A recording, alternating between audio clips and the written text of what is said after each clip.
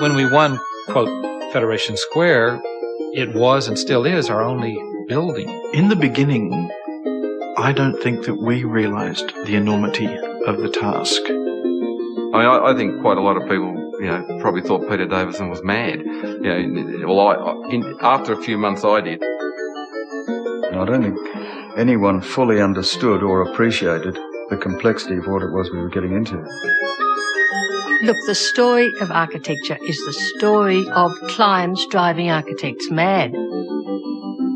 It's challenging stuff. It's not square, it's not straight, it's not rectangular. I think we found 2 square walls on a drawing once and we told the architects and they changed them. So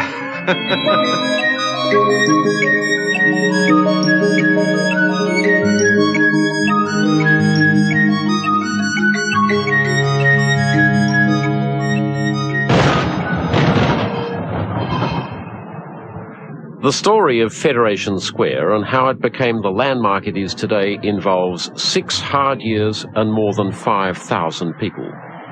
Behind every bit of the distinctive triangular facade, every wall, every window, there's a story of battles, disputes and decisions as the creative vision of the architects clashed with the demands of time and budget.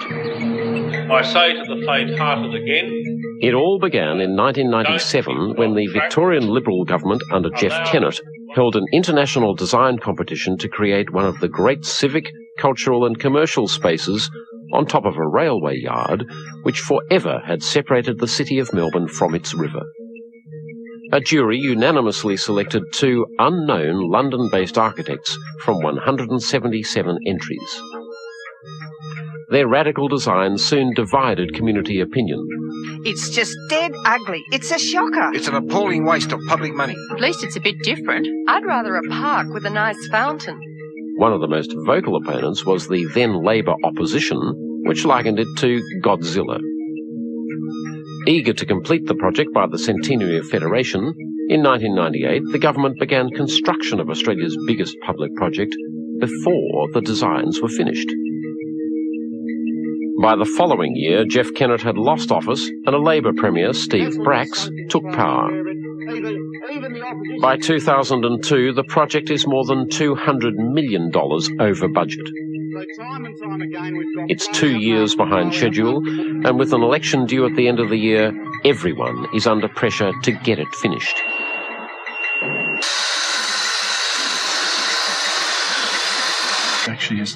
At the centre of it all are the 2 architects, Peter Davidson and Don Bates of Lab.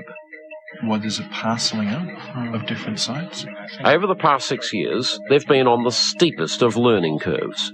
Despite 25 years of teaching architecture, working on other people's projects and honing their ideas, incredibly, neither had ever built anything before. When we won, quote, Federation Square, it was and still is our only building that we've ever done. Not just under our name, but in the sense of being responsible, not just assisting somebody else, but it being our responsibility. We were novices in really what it meant to realise something. We had our first meeting on the project the morning after the announcement by Jeff Kennett, and we sat in this meeting that was of civil engineers and structural engineers discussing the liquefaction ratio of Coode Island silt under earthquake conditions. And Don and I think we can remember looking at each other, being entirely perplexed and thinking this was a dream. And at a certain point, one of the engineers said, "Hang, you've only just started on the project, haven't you?" And we said, "Yes, this is our first meeting on the project." And they stopped it and someone went and got a bottle of champagne. And we resumed it a week later. Morning, everyone. Sorry. Okay, let's start at the beginning. Monday, 8 a.m, and Peter Seamer, the Chief Executive Officer of Federation Square, is chairing a weekly meeting with the builders and the architects. Seamer was appointed by the Brax Labor government to bring the job in on time and on budget. With neither looking likely, Seamer is in no mood for excuses. Well, it appears this is affecting a number of other things than what was a building that was well situated is now a building that's now, like this has to be open when we open. So is there some way that you can actually knock this one on the head, get it resolved, instead of, how many weeks have I been sitting here listening to this conversation about leakage? It's been a big task trying to locate the actual leak. Yeah. On the agenda today is the issue of leaks, a minor irritation, but one which has the potential to further delay the project. I think what we're looking for is an answer to the problem. So when will you come back to me, Tony? Today. Okay, thank you. The programming of the project has been a nightmare. It's just, you may get promises made to you and they never get kept. They just never get kept. And that's an awful good reason. And it is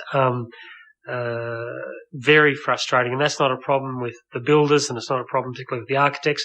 It's just the nature of the complexity of the thing that's so immensely frustrating. For someone who's used to sort of saying, this is what we're going to do on this day, oh, you got my word for it. It doesn't sort of work that way sometimes on these big projects. But no one's built a Federation Square before. Unlike Sydney's Opera House, the design competition for Federation Square was not about a single entity, rather a multitude of uses.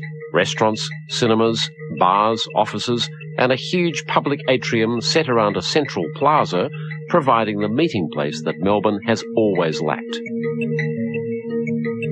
The brief for the competition, which comprised 2 stages, was considered vague by many of the more experienced entrants, but Peter and Don, who had teamed up with the local firm Bates Smart, found it played to their strengths, which are experimentation and flexibility. So, when the Kennett government hastily added the National Gallery of Victoria's Gallery of Australian Art at the end of the competition stage, the architects from LAB were well placed to cope with such a major addition. The gallery was included as part of Federation Square on the same day as we were announced as the winner. So we were announced as the winner of the competition, and then it was, by the way, all of this has now changed. We were told subsequently by the chairman of the jury that one of the reasons why they felt comfortable giving the competition project to us was that we were the only people who had changed their design from stage 1 to stage 2 of the competition and changed it dramatically. So they felt that we probably would embrace another lot of changes. They always use images before that was built. The reams and reams of hand and computer-generated drawings illustrate the arduous process of design and discovery undertaken by the architects. It's as if they discovered the power of geometry that takes these lines off the page and into another realm.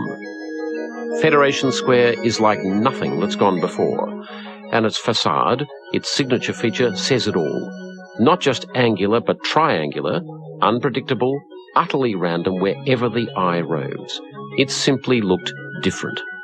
We were interested in coming up with a system through the triangular grid that we could use through a very small palette of sandstone and zinc and glass, and yet create a lot of variation, a lot of variety, something that you could spend a lot of time looking at, and every time you saw it, something else would emerge and be a bit different. I always thought in the back of my mind it might default to a bit more commercial reality.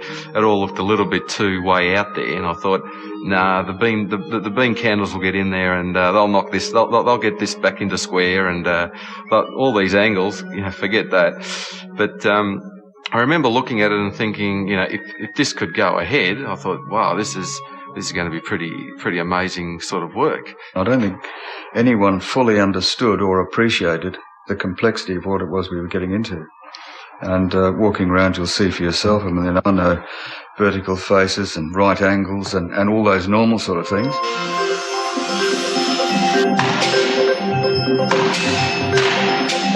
Realising the vision of the architects has been a constant battle, and one that's often led to conflict. But the problem here is that, where we've cut the glass, On their many site visits, Peter and Don regularly check the work done by the builders and their army of subcontractors. When mistakes are discovered, architects and builder are very far apart. It's ruined. What can you tell me about the hand grinding of the ground floor foyer sandstone? Do you know about this? Why have you allowed it to happen? You can never sand that floor by hand to get the same effect as you would through the production of the stone. It'll just be marked. You just wouldn't do it. I understand, but what they've done is just vandalism, thinking that no one will care or it doesn't matter. It's just absurd. It looks like a different stone now. Okay.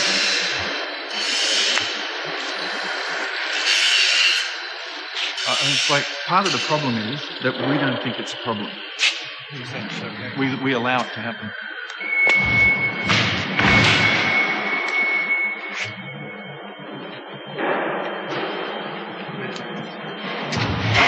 Whose fucking idea is to do it that way? Don't worry.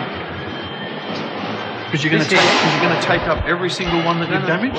Because that's damaged. Before you touch the floor, you ought to get all of the information that you possibly can about it. Hence, which means talking to me. I would much rather converse to you on a face-to-face level rather than have cameras and so on in our face. I didn't set it up. This is at all right. I don't think this is the right forum for this to be happening. Yeah, but sure. It's not professional. I walk into the building and find that. Grandstanding. I don't think that done to the floor is professional. So don't tell me about that. Yeah. Okay. We are wrong. We have had a problem. We've had a problem with a particular area of stone, and we are in the process of rectifying that. Well, I don't think you should rectify it till you've done tests, and you don't do tests on the finished floor. You do them we elsewhere. should go and discuss that inside. Thanks very much. It'll be all right. It's just the first Turn it off. Peter's probably more emotional and gets emotionally charged into a situation, and the passion wants to win. Not that I'm, I think we both are quite passionate about what we do, but I probably have cool passion and he has hot passion. I think quite a lot of people, probably thought Peter Davidson was mad. After a few months I thought this guy, he's got some great concepts, but he's out there and he's going to be a real challenge to harness, if that's the word. And I don't think he can be harnessed. The architect's role and their intellectual responsibility is to fight and fight and fight to maintain their vision. And little bits get chopped off all the time. But if they're only little bits, it's not too bad.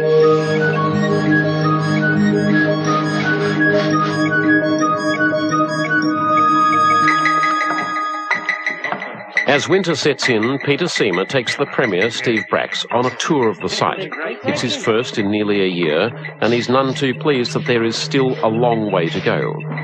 He wants it finished before he goes to the polls. Having opposed Federation Square when in opposition, Brack's relationship with the project has been anything but comfortable.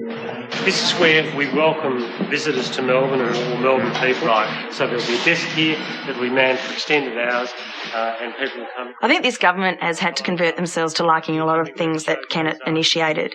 It is amusing and slightly ironic to see Bracks down at Fed Square because he has to be there. He has to embrace Victorian projects and he has to be seen from a business perspective, from an economic perspective, to be supportive of the businesses that are down there and of the project in general. It is amusing to watch the fact that they had to do an about-face. All right, lots to go through today. Perhaps before we go through the normal items, a few big-ticket items I want to talk about.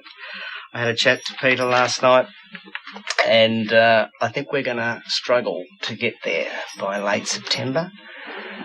So let's talk about what the implications have. Stanley Arcos heads up the marketing and events team at Federation Square. a job made more difficult by the fact that an opening date is yet to be fixed. Now, have these change of dates, are these causing you problems around town? Yeah, I think they can, they will. And it's an issue that we've got to manage. We can't sort of keep making promises and not delivering, which is hard. Okay, all right, okay, but just keep going, because if you just can't show weakness on something like this. You've just got to be assertive about it. You've got to give people confidence. You can assure we will get there. You've seen what we've done in the past. We will work through there, okay? But we'll just do our best. We'll do our best, etc. It's a lot harder than people think. And the problem we've got, it's hard anyway, but the problem we've got is we've got a moving target. And the analogy I often use is we got a big plane. Okay, it's got a bit of turbulence problems. One of the engines has fallen off, and we're trying to land on a runway, but that runway is moving.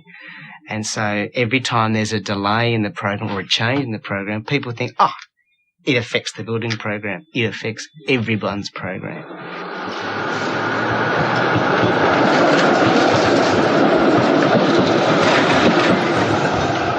Crucial to the project is the atrium, a complex asymmetrical glass and steel structure which forms the entry to the gallery of Australian art. The issue at the moment is manpower. We're just trying to speed up the process of completing the North Atrium. They're trying to get us to complete by the end of the month. Multiplex, we're having a meeting with Premises Eliza and DMS Glass to see if we could increase our manpower, or maybe even do a double shift to try and complete this area, because Federation Square are putting pressure on us to get it complete.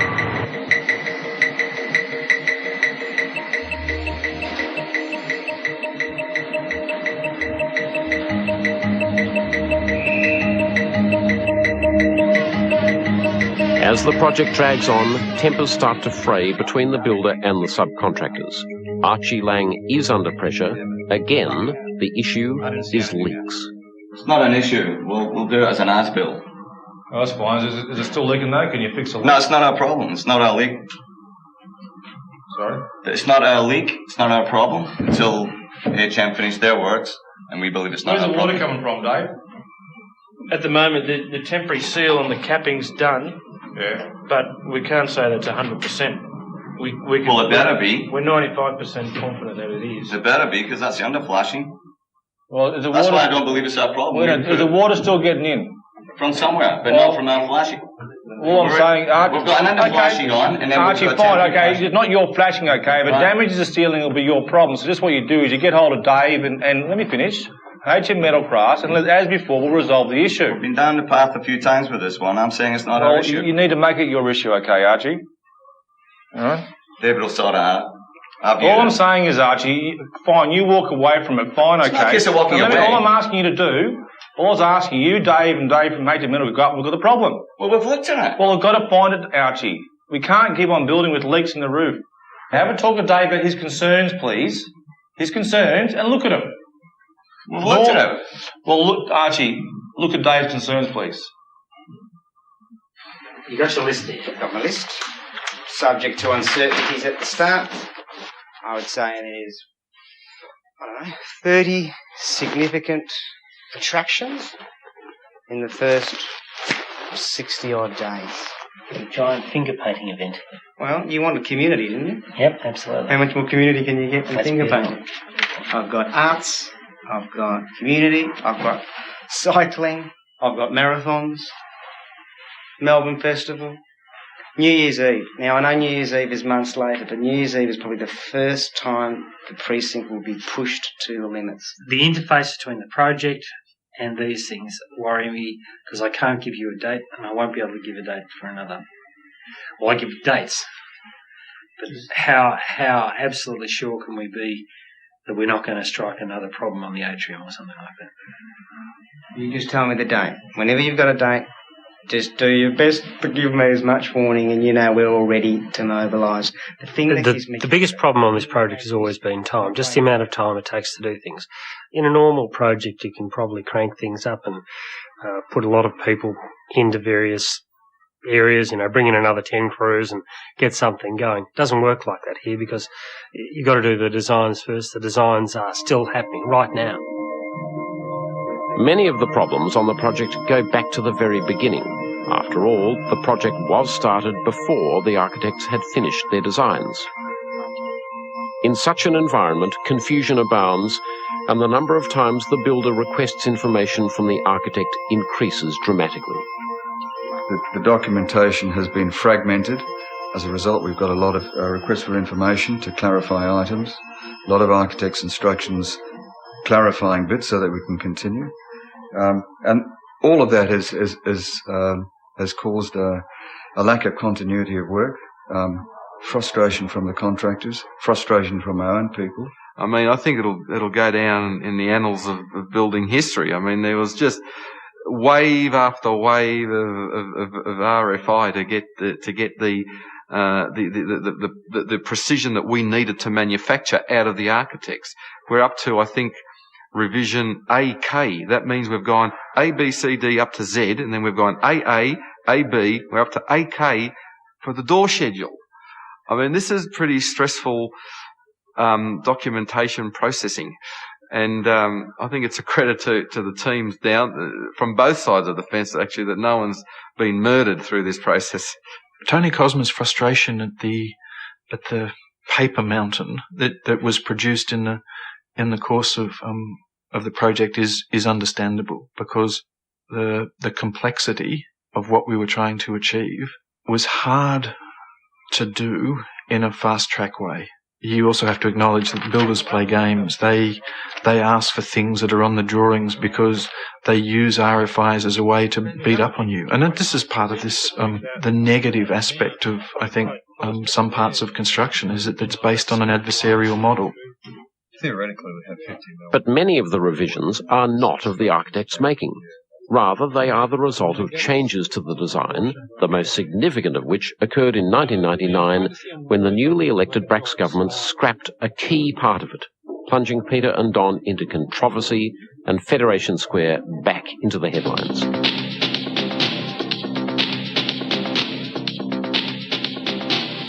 How would you feel if you were told your work was brilliant, but it had to be changed? That's what happened to the architects who designed Federation Square. The government's decision to scrap one of the controversial glass shards has angered and frustrated the designers, who've now been asked to remodel the site. They say the new government is just trying to leave its mark on the project. From the moment the design was selected, it was the focus of controversy. The two glass towers, which the architects believe would frame St Paul's Cathedral, were seen by others as obstructions to a sweeping view of one of Melbourne's most celebrated icons. We have had an independent assessment of what we think is appropriate in protecting the vista onto St Paul's Cathedral from St Kilda Road, and I think it's a correct decision, one which can take us forward. It's a bit as though somebody said about the Sydney Opera House, look, why don't we just take one sail out? It won't make any difference to the composition and it'll save a lot of money. And people should learn not to fiddle with decisions that are made that are good decisions and which are producing good architecture.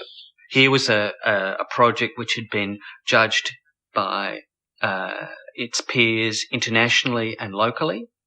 It had gone through quite a lengthy public consultation process about all of its qualities.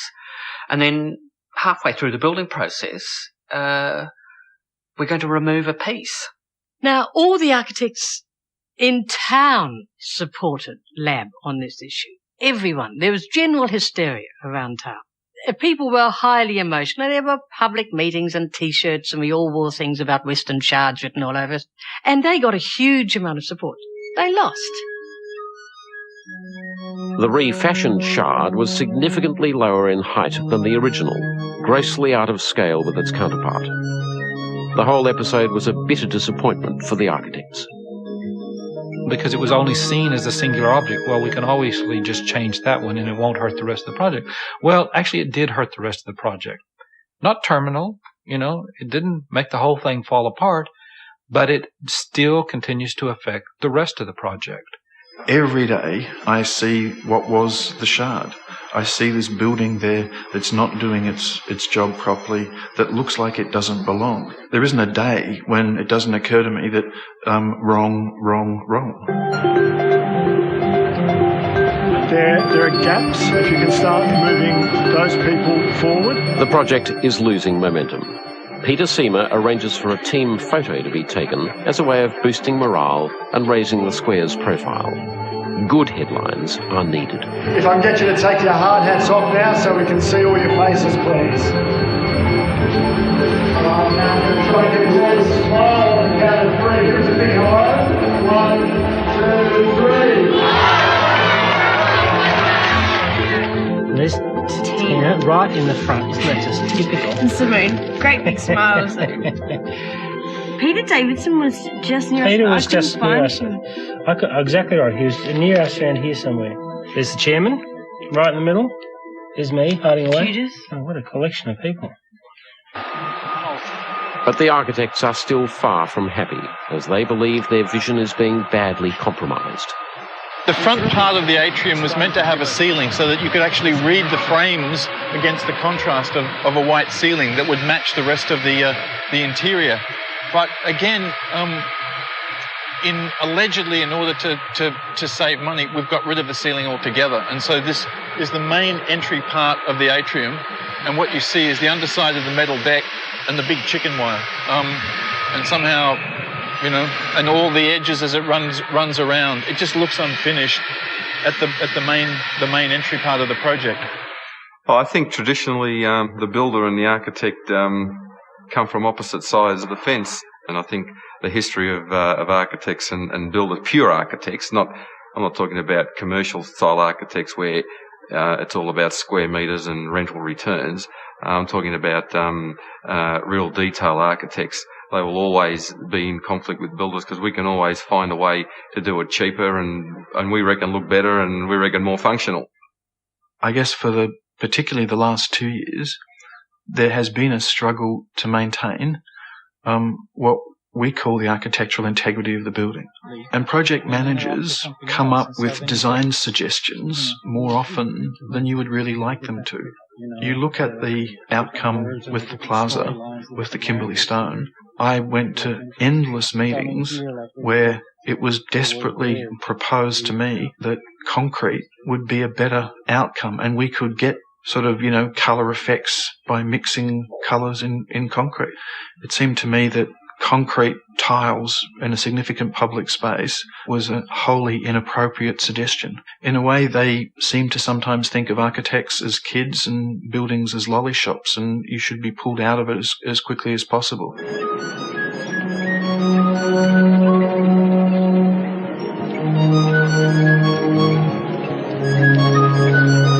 As you can see. Finally, Archie puts his differences with Dave aside for the good of the project. This is the critical area. This is where the water's coming in, yeah. Dave's suggestion of a C channel, which is fixed to the primary frame of the crossbar, will allow us to put a positive seal from the glass into the channel and allow the water to go away into the gutter. Sounds good to me. I guess we got to get the approval from the architect. And to make sure that David's from HM Metalcraft, the plumber, is happy with that, with that profile, if he can achieve that. With the project inching towards completion, Stan is worried about how Federation Square will be received by the general public. Since we last saw each other, I have had countless number of spinning bow tie PR merchants coming in here promising me the world. They have all been very politely shown the door. The door or the river. I think we're thinking as one. I don't think we need to spin the bullshit. No. But also, there's a danger. I don't think we can be too cool, because there's a danger. I think if we're too cool and inaccessible. If you target yourself to the black shirt brigade, as I call it, the cool, fashionable inner city set, people like me, you'll be fine for a few years, but you won't be in 10 years. And we also have a obligation to the government, but we also know commercially, if we don't get virtually every aspect of society embracing at least some part of Fed Square, then we won't be an icon. We'll be a fad. with the Bill Henson and Peter Booth room, we've used one of the darker blues. The Gallery of Australian Art is the most keenly anticipated space at Federation Square. It's very much Peter Davidson's baby, and not only has he designed the gallery spaces, its furniture and display cases, but he's come up with a radically different way of hanging the art. With problems flaring elsewhere on site, the gallery has become a welcome refuge for Peter. The gallery is different because the gallery is concerned with visual things. They are concerned with the quality of visual things. And so from that point of view, they have been enormous supporters of the architecture and the concepts to do with the architecture. It's been a great privilege to work with Peter Davidson and the whole team at Lab, and I think we've understood from day one what they're trying to achieve with the building, and at all times we've felt that it underpins what we want to achieve as an art museum. But not all of the clients are happy with the architects. One of the biggest commercial tenants at Federation Square, Paul Mathis, goes to the press to complain about designs for the pub which he is to operate. He threatens to pull out of the project if the perforated metal screens, which he likens to fly wire, are not changed. This was always going to be here. I knew this was always going to be here. But what we didn't know is what effect it would have until we actually saw it. Now, standing here, one would prefer to see down St Kilda Road, let's face it. Melburnians deserve that view. It is the only view of St Kilda Road from this vantage point. Why on earth would you want to cover it with a metal perforation? It faces south, so there's very little justification in terms of sun shading. It is not particularly going to stop rain coming through. It's not going to particularly stop drafts there's no real protection issues. It's purely an aesthetic thing. Particularly with Paul Mathis, it's really very frustrating because, a design will have been agreed and all the parameters will agreed, and then he'll decide from a commercial point of view or personal point of view or whatever that he doesn't like it. And because he has a commercial relationship with Federation Square, he can make demands and they tend to accede to those demands no matter what they are. Look, the story of architecture is the story of clients driving architects mad. You read the letters of Leonardo or Michelangelo. These men are weeping, saying, what has the Pope done to me? He's doing this, he's starving me to death, he's ruining my vision, he's changed his mind, he's delayed the project, he's cut it out. This is the story of the history of architecture. These are big things. They make big contributions, but they haven't grown painlessly. Okay. Now, thumbs up. I want yes and no's. Just a few catchphrases to occasionally go with sort of, posters and other things, etc. Do we like that? I like it for a tram. I don't know about how it works generally. We're playing with? I like this one. Well, you're crossing all demographics so people can relate from various perspectives as well. Many have argued that our events budget is potentially that too, isn't it? Virtual, not real. That's right. We have to create it from opportunities. Simon's doubtful? I'm not keen on that one. That's it. Yeah, I think you've got to be sort of... Yeah, I don't get it. Am I supposed to get that? It's we're all vaguely young here. Shh, don't you love show that's and tell? For the kids. Everyone loves show and tell. But it's to go back and say, I went to this magnificent place, Federation Square, and that's what it's all about, to show people Fed Square and then for them to go away and tell someone else about it. That's a scary concept. That's a scary concept. Try that one away. But more than clever slogans will be needed to win the hearts and minds of the general public, many of whom simply don't even know what Federation Square is. I haven't worked it out yet. I mean, it's like a jigsaw puzzle. Right? I don't think no one else does either. Right? It looks pretty good. It looks like it's going to be a pretty good whatever it's going to be. I don't really know what it is. What is it exactly? Just a heap of metal, really, just stuck together. I like the way it's all artistic and put together. Looks like Lego blocks. I think it's a monstrosity. Looks like jail. This is the ugly building in Victoria. Terrible. I would scrap it. It cost the government millions of dollars, and it's junk. you do become the butt of an enormous amount of relatively uninformed and often unfair criticism. And however hard you try not to take it personally, there are times when some things invariably do hurt.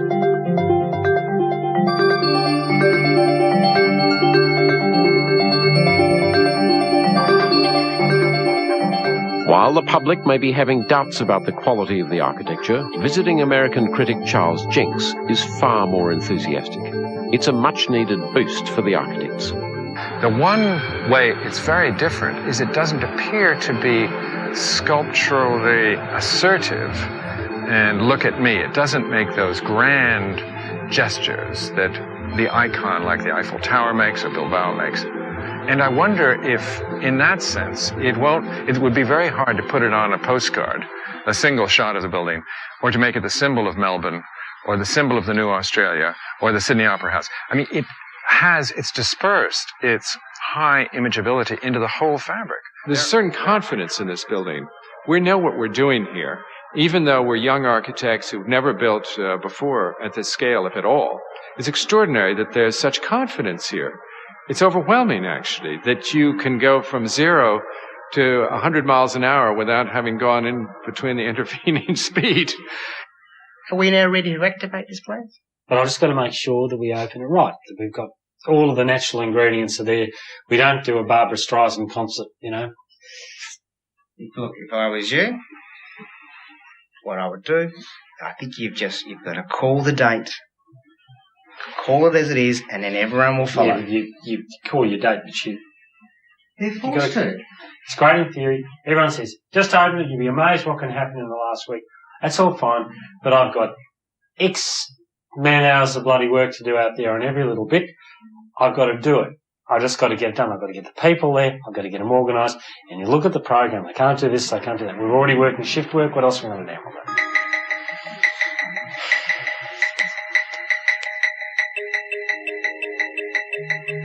Finally, Peter Seymour settles on the 25th of October, and shortly after, Premier Bracks calls the election. The race to the finish has begun, much to Peter and Don's dismay. An artificial deadline was created, and that had to be met. In our view, that deadline was set months earlier than it should have been. And so there was a sense of it doesn't matter how it happens as long as it happens. And that meant inevitably that the quality of certain things was lost at the end. What they did is they changed all the set out of these stone tiles. And they're each sort of blaming each other. It's being driven by multiplex, saying, how can we lay this wall quicker? The problem is that these guys just don't work holistically, and they threw away our drawing, and all of these things were solved on the drawing. He's seen it. He's seen it? He knows it. Jim, the detail of the stone. The vertical stone. The vertical stone. Yeah. That's now got stupid little slivers put in there because multiplex changed the detail. The stonemason agrees that that's not the way to do it, but he's been instructed by multiplex to do it that way. You're going to stand there all day. It's like at the end of Reservoir Dogs, standing there all pointing at, blaming each other, rather than doing the job properly. Peter, everyone has got a mountain of work to do to finish this project for when the... There's no reason why this should turn into auction squad and just tossing it out everywhere. There's no reason why that should happen. I'm not asking for the coursing to be changed. I'm asking for whenever you get those tiny slivers to just set it down so the stone has a minimum depth. It's a very simple thing that will get rid of that stupid little detail where there is actually more glue than stone. Well, okay, I hear what you're saying. You do have to have a thick skin, because if you've not, then it could all become very personal. And, you know, you really can't afford to let it become personal, because it clouds your judgment. And you can't afford to do that. Things are moving too quickly, and there's too much money. Stan and his team have moved to their new headquarters on site at Federation Square. Good afternoon, Federation Square Management. Karen speaking. How may I help you? Hello. Oh, it's okay. No, we're worried. Sort of a bit of has architecture gone through wrong here? Like, it's the sun. I think I'm going to get a bit of a tan here all day. It's not often you get an office with 3 sides of the glass. So I can see all of Fed Square, and all of Fed Square can see me, but I can't actually see any of my colleagues. And I'm one of those extroverts. I feel very lonely, if you know what I mean. So I can't see Emma, I can't see anybody. But Stan's cheerful mood is short-lived. He's angry about a weekend newspaper story in which the architects accuse Peter Seymour, Stan and the builders of cutting corners. The timing couldn't have been worse, because just when the contentiousness was subsiding and people were focusing on the nature of the project and how special it is and how beautiful it is, this has suddenly reminded everyone that there's a bit of contentiousness that, you know, will dominate the airways rather than the completion of the project. But they're sort of basically saying that the project hasn't gone as they expected, and the outcome is a compromise. I personally think that's, you know, somewhat disappointing, because I know that, you know, it's pretty hard to get 100% delivered. And I think we're going in, we're in the high 90s. The comments that we made when we made them at the end were an expression of the fact that we were no longer able to, in a sense, get our voice heard or get the things done properly. The architects might be getting to the end of their tether, I think. It's been a really long road for them. At the core, the architects are creative people, and I think that at times they've found the frustrations of politics have just got in the way. On the count of 3, 1, 2, 3.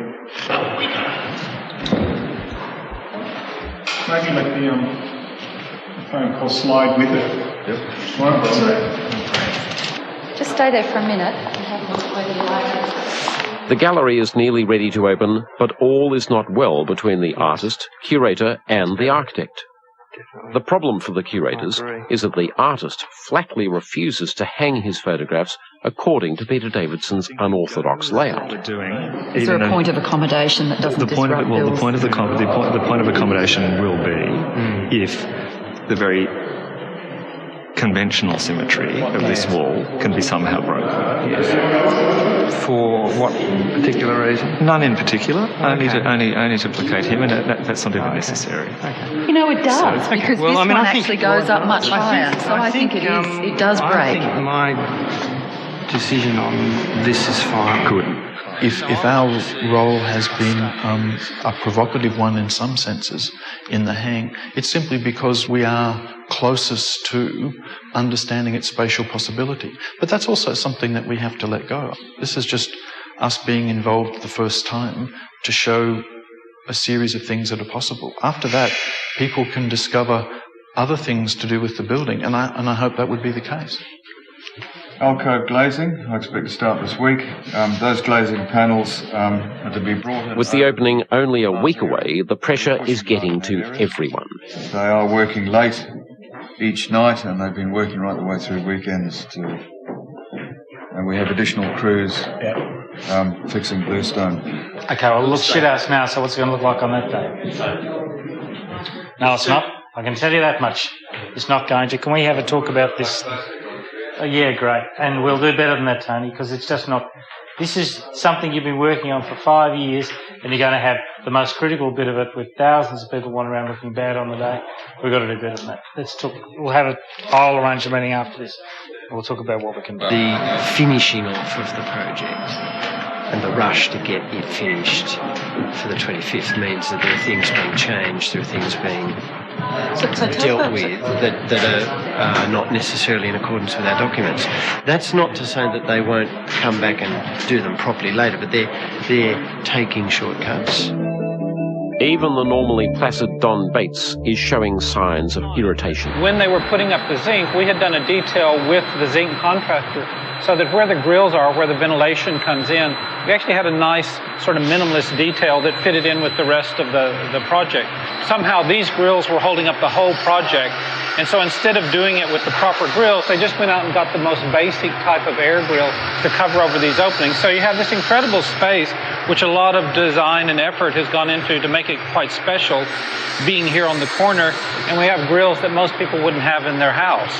realistically, the end date wasn't moving out. If materials aren't available, if you have one particular detail that's going to take you 3 days to do and maybe a struggle to get it right, then if you change the detail, can get it done quicker and end up with, in what your public's viewpoint might be a better detail or something that they don't notice is incorrect, then to my way of thinking, then that's a positive. I understand the way the world works. I know that we can't have everything we want. I know that we're over time and we're over budget and we have huge responsibilities.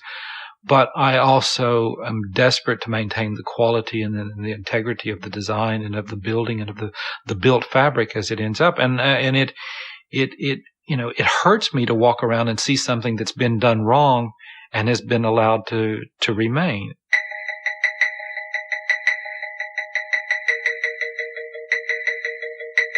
It's the day before the official opening, and with extraordinary timing, the architects launch another scathing attack on the builders and how they've gone about their job.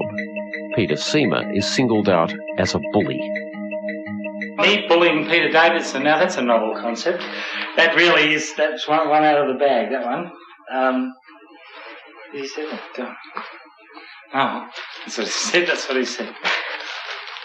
It is a team effort. The architects have got their job, the builders have got their job, and when you get one group going off, firing off, having a go at everybody else, it undermines everything. It's disappointing, but that's, there's all sorts of personalities on a project, and you just take them as they come.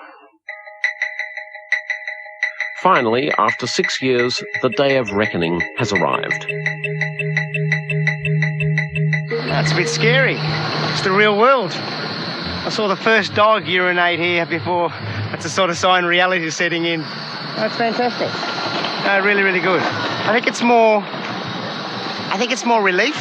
I think everyone thinks it's happiness, but when you spend years and you come to a climax, it's just relief. You just want these sorts of opening events to just come and go and let us get on with the business of actually running this place. Thousands flocked to Melbourne's Federation Square for the opening of Australia's biggest public project. 6 years in the making at a cost of $440 million. Oh, it's great. I mean, it's really exciting. It's, it's amazing that it's finally happening. Ecstatic, really. I feel like we've climbed up a huge mountain and now there's an incredible view from the top. Complaints about the final result not being faithful to the design put to one side for today. For the most part, it was breathtaking architecture capturing imaginations, even for those who once had reservations. I'm a convert, and I say to people who are doubting, come down and have a look and make up your mind there.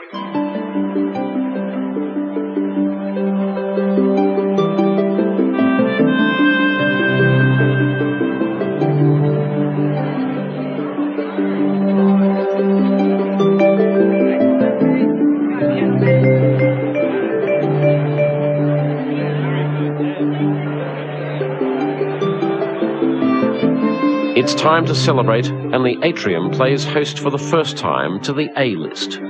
As 6 years of toil and tumult come to an end, old foes bury the hatchet. When we opened Ped Square, that big night where we had Deborah on there, and then there was the Saturday following, I think my main emotion was almost a non-emotion. There was certainly a feeling that, oh yes, we've survived this challenge. And it was a hell of a challenge. Come Monday morning, the party is over. The public delivers its verdict. Thanks, Rosemary. Federation Square, menace or masterpiece? Overdue and over budget, but does it work? Will it be an icon for Melbourne? Peter, hello. G'day, Neil. How are you? What did you think? I thought it was awesome. Yeah. I thought... what in particular, Peter? Look, the atrium was beautiful. I was there in the late afternoon. The sun was streaming through. Neil, I love it. I was there a couple of times on the weekend, and I thought it was outstanding. Just an awesome effort by all the people concerned. Oh, good morning. We went to Federation Square yesterday. What do you think? I think it's weird. Weird? I think if we have to resort to surrealistic type architecture, I think it's a shame. Hi, Neil. I thought it was fantastic. I was a bit worried. It seemed to me to be ticky-tacky. I got the feeling that it's not going to weather well. And I stood there for about 20 minutes looking at it from the middle of the road. Are you still having nightmares, Rose? No, I thought it was wonderful. Did you? The vastness of it. And I thought it it's wonderful for Victoria and also for visitors that come back to the city centre. You just can't miss it. That entire weekend has to be one of the thrills of my life, just to see people flowing up the plaza as if it was the most natural thing, sitting down, lounging on the grass, doing all of those things. In a way, treating it not as if they were sort of discovering it, but as if it had always been there and was just part of the life of the city. And it was absolutely fantastic just to be a member of the public and sitting there and just watching all that unfold. And that they owned it. You know, that it was no longer somebody's project. It was part of the city. It was part of their precinct that they could inhabit and they could occupy. In the month after the opening, 500,000 people had visited the square. Within 3 months, 700,000 had passed through the gallery alone, greatly exceeding expectations. Welcome, everyone! At last, it seemed, Melbourne had achieved what it had always wanted, a great open rallying space where thousands can congregate. In terms of Australia, there's no other development quite like it. The Sydney Opera House is a single function building, but this is a huge public space, a huge addition to an already wonderful 19th century city, and I think internationally it should be recognised as such. Everyone's saying, wow, isn't it going well? They weren't saying it for 4 years, so you should try and see the bullet holes in his body. It's hard, but it's exciting, it's exhilarating, personally fulfilling, but exhausting. In December, just 2 months after opening, Steve Bracks is re-elected. His next term looks secure. Federation Square's long term looks assured. But what about the architects? Despite all the adulation, what will become of them? The future for Lab? I don't know. I think they may be a one-trick pony. I hope for their sake they're not. Unless they win another competition, they're going to have to learn the skills of dealing with clients and building up a practice, of actually getting a body of work around them. Actually, I asked Peter Davidson once what he would do after this. And, I think he was really scared about if he was ever going to build anything ever again, because he'd started big. Where do you go to from there? We have no definitive ongoing work to do. And that's beginning to surprise us.